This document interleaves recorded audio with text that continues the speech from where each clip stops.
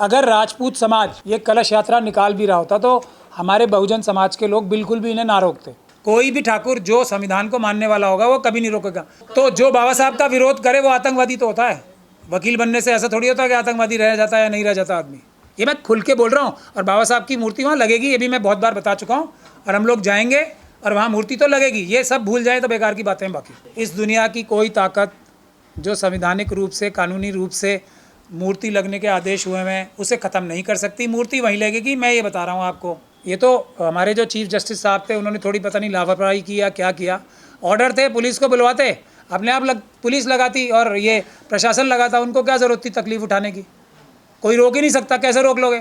कि एक तो आम लोग होते हैं जो अपनी धार्मिक भावनाओं के तहत ये अपना जुलूस निकाल रहे होते हैं या जो भी गतिविधि कर रहे होते हैं। इन सभी जुलूसों में आरएसएस और बीजेपी के, बजरंग दल और विश्व हिंदू परिषद के ट्रेंड जो गुंडे होते हैं वो घुस जाते हैं। 100, 200, 500, 50 जितने भी होते हैं, और वो रास्ते में जो बहुजन समाज के घर होते हैं उन पे हमले करते हैं और उनके धार्मिक स्थलों को जाके नुकसान पहुंचाते हैं। कौन? वो आम लोग नहीं करते। ये बीजेपी और आरएसएस के जो ट्रेंड कार्यकर्ता होते हैं वो करते हैं।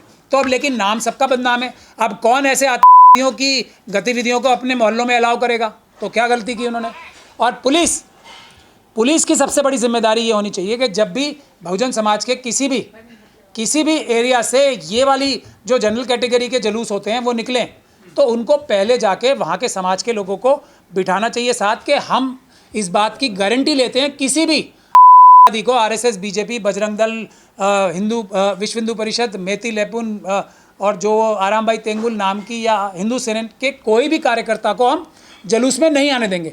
तो फिर कोई ऑब्जेक्ट नहीं करेगा, क्योंकि जनरल हिंदू जो हैं, ये हिंदू तो पता नहीं क्या होता है, मुझे पता नहीं है, लेकिन जनरल कैटेगरी के जो ब्राह्मण समाज के धर्मों को मानने वाले लोग हैं, ब्राह्मण धर्म को मानने वाले लोग हैं, उनके लोग भी कोई इस तरीके के आतंकवादी थोड़े होते हैं। लेकिन आरएसएस तो धार्मिक यात्रा थी, कलश यात्रा थी, विघन डाला गया है उस यात्रा में। नहीं, विघन क्यों डाला गया वही बता रहा हूँ कि उनके अंदर बीजेपी और विश्व हिंदू परिषद के जो होते हैं, जो घरों में घुस के महिलाओं को छेड़ते, जो घरों में घुस के, और हो सकता है अभी तो डर ये भी था ना, एक ये भी बात चल रही थी कि सिंदूर बांटा जाएगा, तो उससे तो महिलाएं चप्पलों से मारेंगी ना इन्हें। लेकिन कोई आम हिंदू थोड़ी बांटने गए थे ये सिंदूर। वो तो हिंदू नहीं है। हाँ नहीं, ये देखिए, मैं तो कोई पूछने वाला या बताने वाला हूँ नहीं। जो जी कहते हैं कि आरएसएस और बीजेपी के जो वो तो जाते ही छेड़खानी करने, आग लगाने, बम फेंकने, धार्मिक महिलाओं को छेड़ने, वो तो जाते ही इसलिए है ना। तो क्या ये आम आदमी को परमिशन है किसी की परमिशन चेक करने की एसडीएम द्वारा जो दी जाती है? अपनी रक्षा करने की हर एक आदमी का फर्ज है। बाबा साहब का संविधान है और बाबा साहब के संविधान के तहत बने हुए जो कानून है उसमें है आत्मरक्षा का अधिकार। ये आत्मरक्षा है। उस मोहल्ले के सारे बुजुर्गों से पूछती नहीं महिलाएं और बच्चे वहाँ के कि आपने को बिना चेक किए अंदर क्यों आने दिया? आतंकवादी भी तो वेश बदल के आते हैं ना। ये जुलूस मैंने आपको साफ तौर पे बताया है, वो ट्रेंड कार्डर्स बीजेपी और आरएसएस के, जो बजरंग दल के, विश्व हिंदू परिषद के, आराम भाई तेंगुल, मेती लेपुन, हिंदू सेना के कार्यकर्ता, वो 100-200 होते हैं, उसमें मुश्किल से 50 होते हैं। लेकिन वो जुलूस में घुसते हैं, उन्हीं के हाथों में हथियार होते हैं। आम जो जुलूस वाले होते हैं उनके हाथ में हथियार नहीं देखोगे, उनके सर पे कलश देखोगे। हथियार लेके जो होते हैं वो कार्यकर्ता होते हैं उनके। ये है कि 14 अप्रैल को उन्होंने रोक ली थी उनकी यात्रा बाबा साहब की, तो अब उन्होंने उनकी रोक ली, हम उन्होंने एक्शन नहीं, टिट फॉर टैट नहीं हो रहा है, ये आप गलत समझ रहे हैं। देखिए, जो बाबा साहब की जो यात्रा निकलेगी वो तो संवैधानिक यात्रा होगी। बाबा साहब की यात्रा के लिए तो परमिशन लेने की भी आवश्यकता नहीं है, क्योंकि यहाँ कोई आतंकवादी थोड़ी है, पहली बात। और दूसरा, जो बाबा साहब को लेके जा रहा है वो तो संवैधानिक व्यक्ति हो गया ना, तो उसमें तो कोई खतरा होता ही नहीं है, बल्कि सब लोगों को मिलके उसका साथ देना चाहिए। और वो यात्रा रोकी गई ना ठाकुरों द्वारा। वो फिर ठाकुरों द्वारा, फिर वही आप बात कर रहे हो। कोई भी ठाकुर जो संविधान को मानने वाला होगा वो कभी नहीं रोकेगा। वो रोकते कौन है? वही आतंकवादी। तो इसमें फ़र्क करना बहुत ज़रूरी है। जनरल जो ब्राह्मण धर्म को मानने वाले लोग भी हैं ना, वो आतंकवादी नहीं है। वो मतलब उनकी आस्था हो सकती है जो हम लोगों को पसंद नहीं आती, संविधान के अनुरूप नहीं है, लेकिन वो आतंकवादी नहीं है। सर, वो तो ग्वालियर हाई कोर्ट में अनिल मिश्रा तो संविधान पढ़े हुए वकील एडवोकेट, वो बाबा साहब का विरोध करे। तो जो बाबा साहब का विरोध करे वो आतंकवादी तो होता है। वकील बनने से ऐसा थोड़ी होता है कि आतंकवादी रह जाता है या नहीं रह जाता आदमी। ये मैं खुल के बोल रहा हूँ। और बाबा साहब की मूर्ति वहाँ लगेगी, ये भी मैं बहुत बार बता चुका हूँ।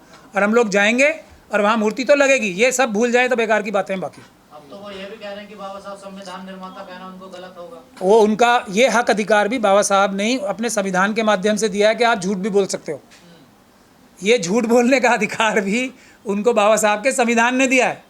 तो अब जो संविधान ने हक दिया उसके मजे लेने दो उन्हें। नहीं, आपने अभी कहा मूर्ति वहीं लगे, कैसे लगेगी मूर्ति? तो वापस चलेगी वहाँ से। इस दुनिया की कोई ताकत जो संवैधानिक रूप से कानूनी रूप से मूर्ति लगने के आदेश हुए हैं उसे ख़त्म नहीं कर सकती। मूर्ति वहीं लगेगी। मैं ये बता रहा हूँ आपको।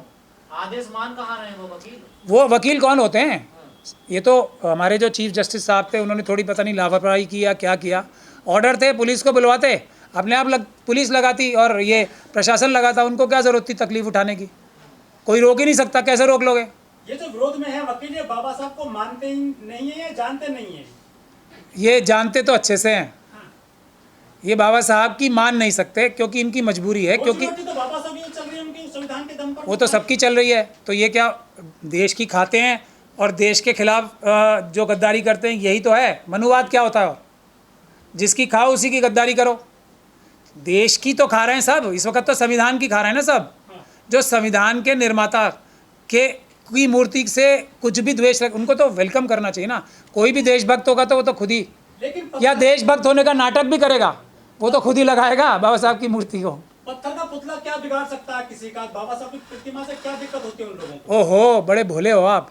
नाम से ही फर्क पड़ रहा है ना कुछ तो। बाकी सब तो बात की बात है। नाम में ही इतनी ताकत है, उसी से दहशत आ जाती है। कह रहे हैं राम की लगाओ, मनु की लगाओ। फिर वही बात, हम मना कर रहे हैं? हम किसी को मना कर रहे हैं? जो संविधानिक जगह हैं वहाँ बाबा साहब की लगेगी। बाकी आपके पास पैसे हैं, आपके पास धन है, जैसा भी आप लगाओ अपनी जगहों पे जो भी लगाना है, लेकिन जो संविधानिक जगह हैं वहाँ बाबा साहब की लगेगी। मनुवादी वकील कह रहे हैं कि धर्मशाला नहीं है ये कोई, यहाँ प्रतिमा नहीं लगा सकते आप। बिल्कुल धर्मशाला नहीं है, सिर्फ बाबा साहब की ही लगेगी और किसी की नहीं लगेगी। यही तो कह रहा हूँ मैं। जयपुर हाई कोर्ट में लग रही है मनु की सर, वो गलत लगी हुई है, वो हटाई जाएगी। उदयपुर बेंच में लगी हुई है, वो हटाई जाएगी। जयपुर हाई कोर्ट का जो परिसर है उसमें नहीं है, वो हटाई जाएगी। उसमें कोई शक नहीं है। वो मारपीट करने वालों का ऐसा इलाज करूंगा जैसा मैं पहले भीम आर्मी वालों के कार्यकर्ताओं की मदद में करता रहा हूँ। दोबारा किसी की मजाल और औकात नहीं होगी भीम आर्मी वाले की तरफ टेढ़ी आंख करने से, लेकिन वो अभी तक आए नहीं है मेरे पास। सर, पूरे देश में जो मामले होते हैं अगड़े पिछड़े के, इनमें बाबा साहब ही केंद्र में क्यों होते हैं? चाहे राजपूतों का मामला हो, चाहे ग्वालियर का मामला हो, बाबा साहब ही तो हैं जो हज़ारों साल की जो बेईमानी, चोरी, लूट, उन सबको एक झटके में समाप्त कर दिया। मनुस्मृति जलाई और संविधान बनाया। एक वोट का अधिकार देके सबको मालिक बना दिया। फिर भी आप ऐसे सवाल पूछते रहोगे, इतने भोलेपन के सवाल कब तक रहोगे इतने भोले? वही तो हैं जिन्होंने सब कुछ व्यवस्था बदल दी। इसीलिए तो उनका नाम इतने दिन तक छुपा के रखा। अब नेक्स्ट स्टेज आई है, सब बाबा साहब को मानने का कुछ लोग नाटक कर रहे हैं, कुछ लोग मान भी रहे होंगे। अब जो नेक्स्ट स्टेज आएगी वो की मानने की होगी। अभी जैसे जनगणना हो रही है, ये बाबा साहब को मानने की बात है। की मानने की बात होगी, बैकलॉग की लड़ाई होगी। जब बैकलॉग 100% रिजर्वेशन ली जाए वो की होगा। अभी को तक पहुँचे हैं। अभी मिशन जो हम लोगों ने कितने साल पहले मिशन सेव कॉन्स्टिट्यूशन बनाया था ना, अब सब लोग संविधान हाथ में लेके घूम रहे हैं ना। तो अभी बाबा साहब को मानना शुरू किया है। अभी की मानने के लिए अगला स्टेज आएगा और उसके लिए हम सबको संघर्ष करना है। लेकिन आप भोले भाले सवाल मत करो। बाबा साहब ही तो हैं जिन्होंने सब कुछ ख़त्म कर दिया मनुवाद का एक झटके में।